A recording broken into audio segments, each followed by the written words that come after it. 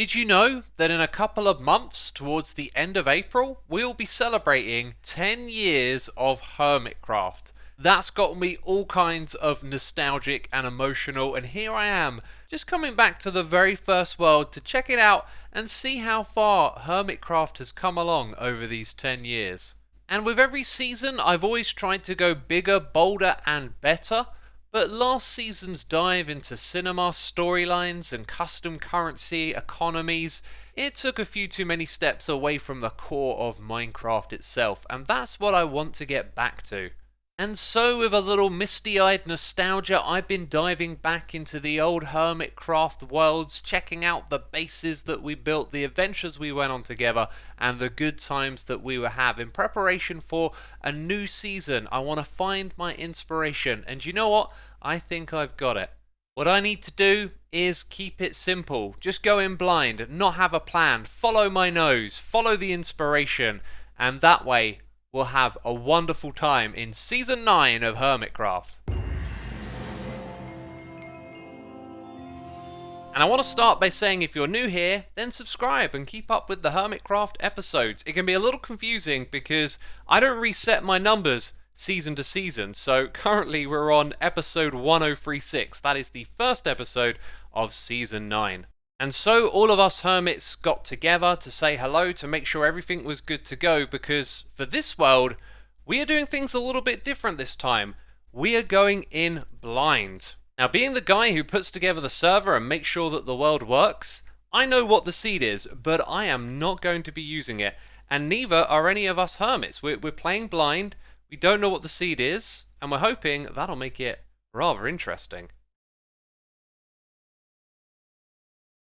On. Whoa! Hey. Hello! That is a lot of people. Oh, wow. Wow. Hermits!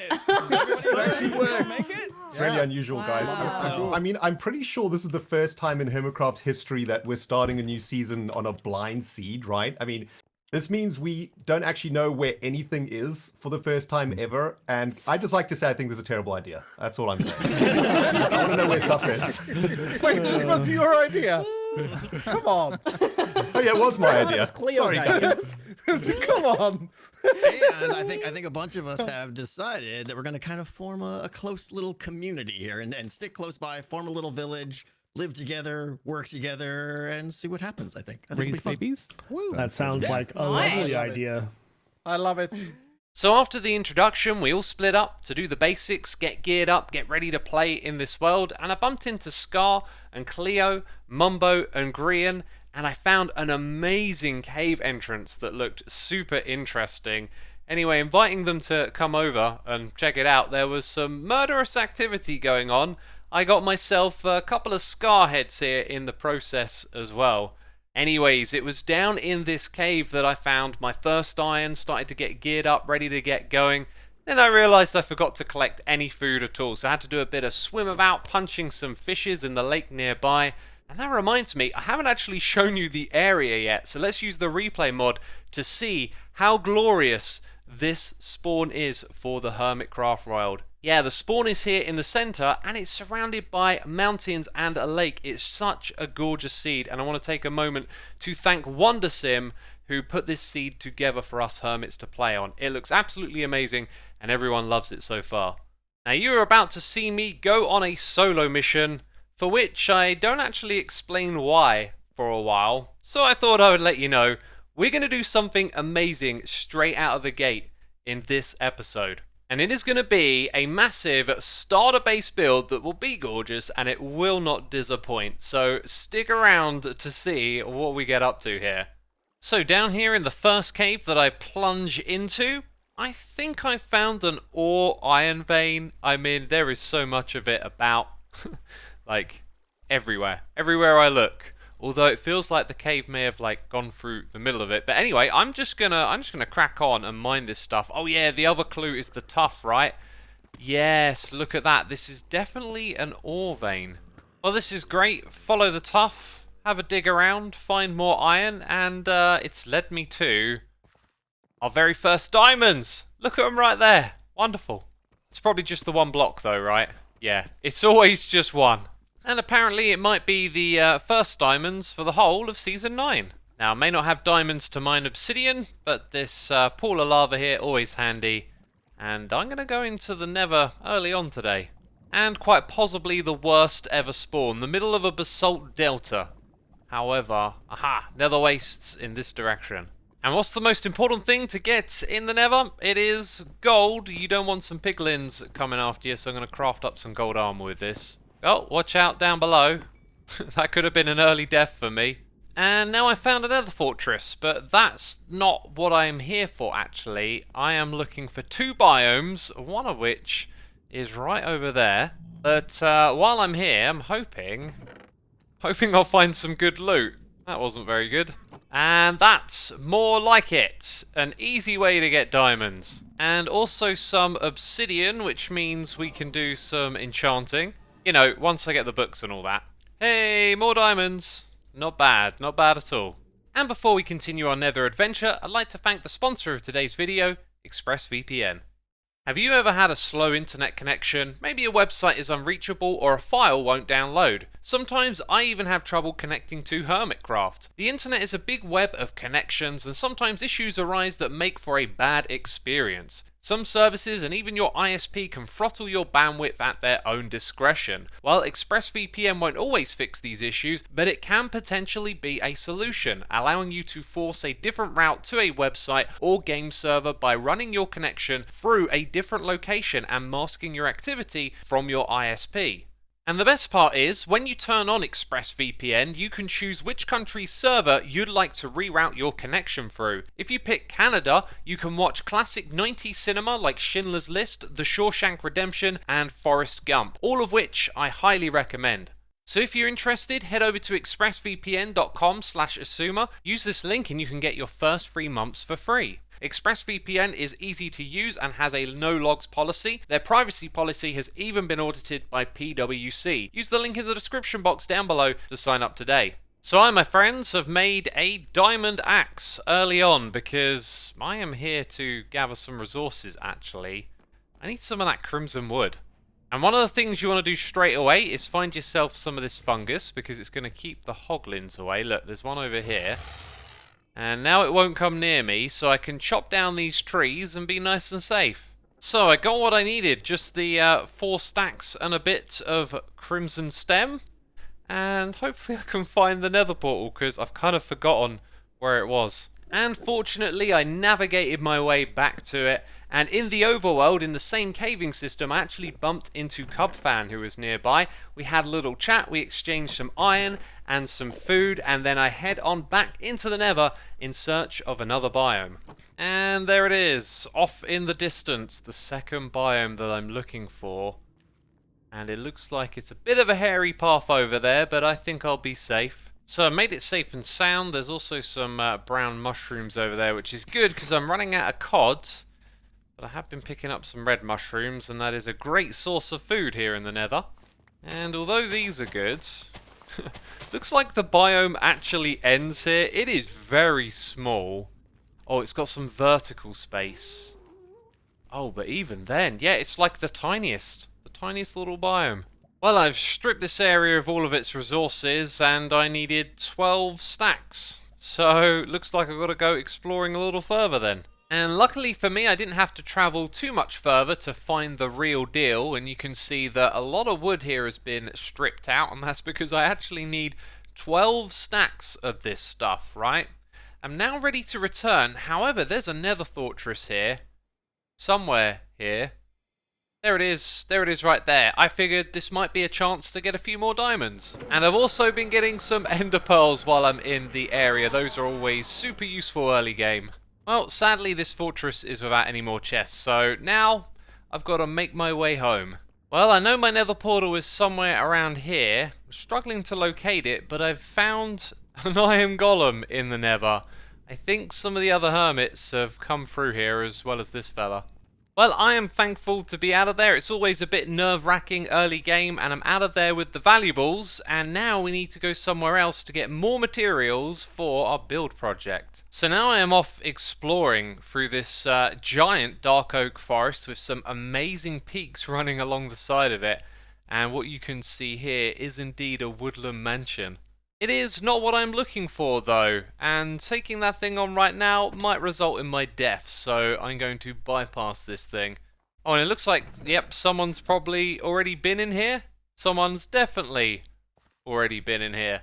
And after a long time searching across a giant ocean, I think I finally found what we're looking for, and that is a desert biome. So I've cleared out my inventory because I need to bring back 20 stacks of sandstone and a couple of stacks of sand too, which I've got just about enough room for. Hopefully I don't mess anything up on this trip, because then when we'll get back, we'll have what we need to do our starter base. And what I wanted to do was come up with something that looked really amazing and impressive, as if you've been playing in the world for a while, yet you could pull off when you first go into a Minecraft world.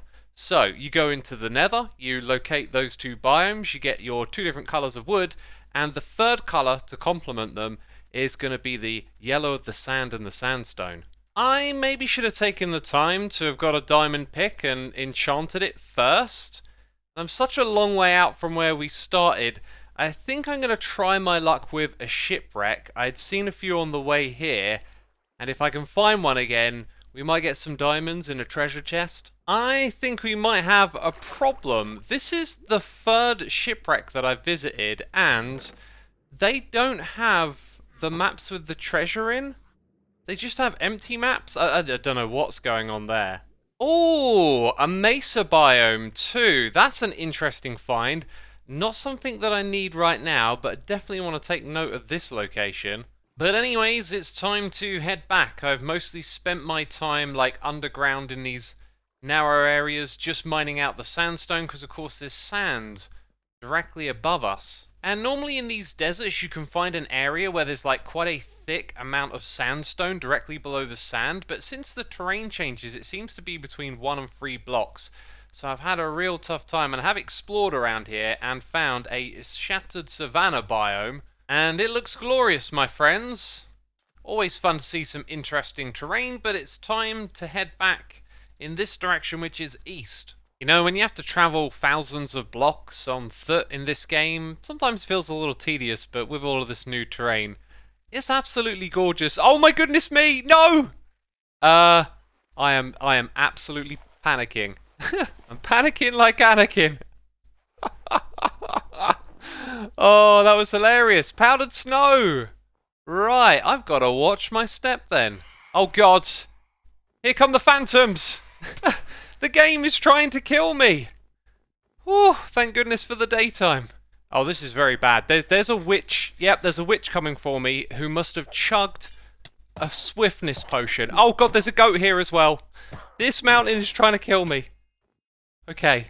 Ooh, stay away from the goat. Okay, this powder snow stuff is kind of ridiculous. You really do need a pair of leather boots. I think I'm spotting this stuff, but I keep walking into it. The textures are really similar. And I didn't really get to finish my sentence, did I? The views are beautiful. And I have now scaled the summit. I am the king of the mountain. Oh, wow. What a sight. What a sight. Hey, there's that woodland mansion that we saw earlier. And that will mean that we are close to home. It'll be just over there. So I've made it back to my chest of goodies, and obviously this isn't good enough. I need to move all of these items to a new location, and that will be the one where we actually build this thing. So we need to head up top and do some scouting. And it did not take me long at all. This is the spawn area right here. And off where these mountains are, there's a fair bit of flat space. And I think it's this kind of area right here that I'm looking at settling in. I think we just want to chop down a few trees first of all, and then somewhere around here, this is where our starter base is going to go. So while I'm clearing out this area of trees for our build to go in, I wanted to take a moment to talk to you about what I've been up to with my time off, because it's been 10 weeks between the end of Season 8 and the start of Season 9. So the first thing that I did was a deep clean on my house, going from top to bottom, every single room, making sure everything is clean and in order. And then after that, I had a to-do list that had built up over the last year, and I powered through it. And it feels really good now to just be on top of absolutely everything. And that was just the first week or so, so then I had a lot of time on my hands and I decided to get back into my lifelong passion of making music, and I did quite a lot, so much so that I was able to publish a couple of demos over on my Soulside Eclipse channel. That's the name of my musical output, if you want to call it that. I also got around to putting the first album that I made many years ago over on Spotify, so if you're interested in listening to either of those, links are in the description box down below. And feeling very musical, I ended up picking up the guitar again, playing a lot, and I recorded a couple of covers that I put on my second channel. I haven't done this in like 3 or 4 years, and it was a total blast to do, but sadly all of my repetitive strain injuries started to come back, so I've had to put the guitar down again. But one amazing thing that came out of it was some of this absolutely glorious fan art. I cannot tell you how much this stuff warms my soul, so thank you to those of you who created it and sent it over to me. Which, by the way, you can do on Twitter. If ever you want to get your fan art over to me, Twitter is the way to do it. And last of all, I'd like to talk about my Patreon server, because we recently launched our 3rd season. This is like a vanilla plus experience. You've got some of the extended features like you see on Hermitcraft, and then a whole bunch of other cool stuff like resettable dimensions. If you are interested at all in coming and playing with us, then head over to xisumavoid.com/get-whitelisted to find out how to play. Now, I'm not done chopping all the trees down just yet. My diamond axe broke, so I went and brought all the materials over here so we don't have to make those trips back and forth. But yes, that is a block of obsidian. This is where my crafting table used to be, and I've noticed a couple of other blocks of obsidian just lying around here and there. There's one there. There's another over there. But then there's this crafting shrine. I don't know who's responsible for this or if they're even connected, but someone's going around replacing the crafting benches with obsidian. Oh, we got a prankster among us.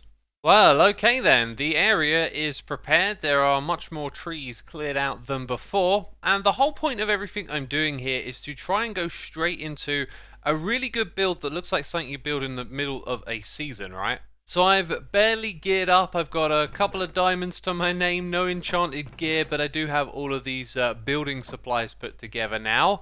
And so we will use the Eye in the Sky, the replay mods, and start doing some construction here.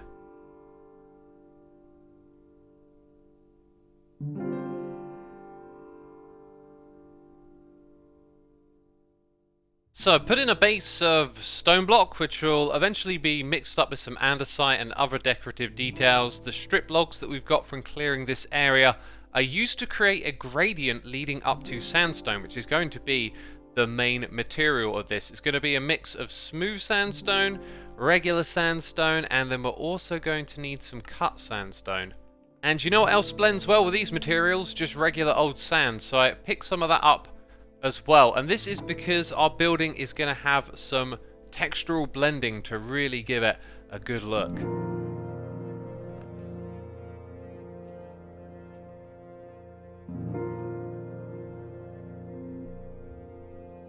I just love how this looks like a big pile of blocks at the moment.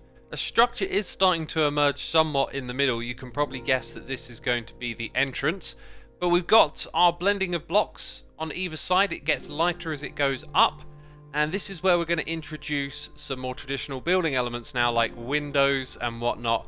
Those are going to go on the sides here.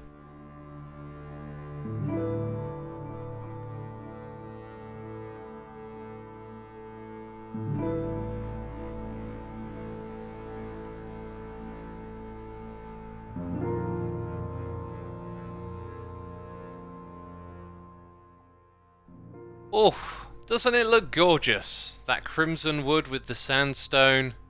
Yeah, lovely combination. But as you know, we got 20 stacks of the warped wood. And this is what I love about this build palette. The red and the green are like the yin and the yang, and the thing that's going to pull it together is the sandstone. So can you guess where it's going to go? This is in fact where the roof starts of this build, and it's going to be made out of warped planks. And my friends, this is the bit that I'm most excited for, because it's really going to pull everything together and turn this into a wonderful build. And by the way, in our time lapse, like, this tree was totally in the way, so I think I'm going to chop down these two big ones in front of this side of the build.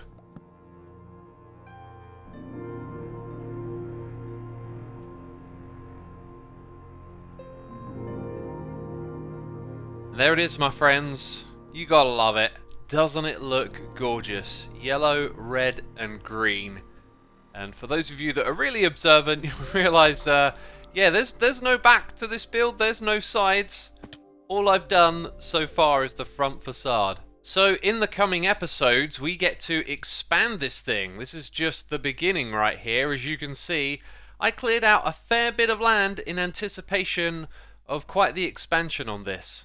So it's a great start, a very different start for me. Usually I go straight to getting diamond gear and build some sort of powerful farm, so I've got lots of XP, but not this time.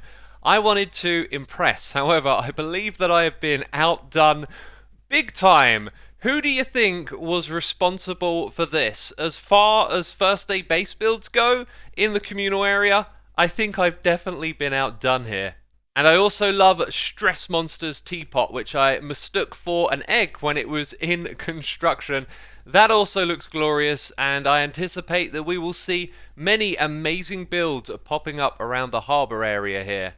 And yes, there's a couple more over there in the distance too. It's going to be very exciting times. Well, let's wrap this one up by saying, leave a comment down below. I'm dead excited to see what all of you think of this build behind me and Season 9 as a whole. And leave a like if you want to support the channel. Make sure you subscribe to catch the series, and I'll be seeing you soon with some more Hermitcraft 9 adventures. Bye bye.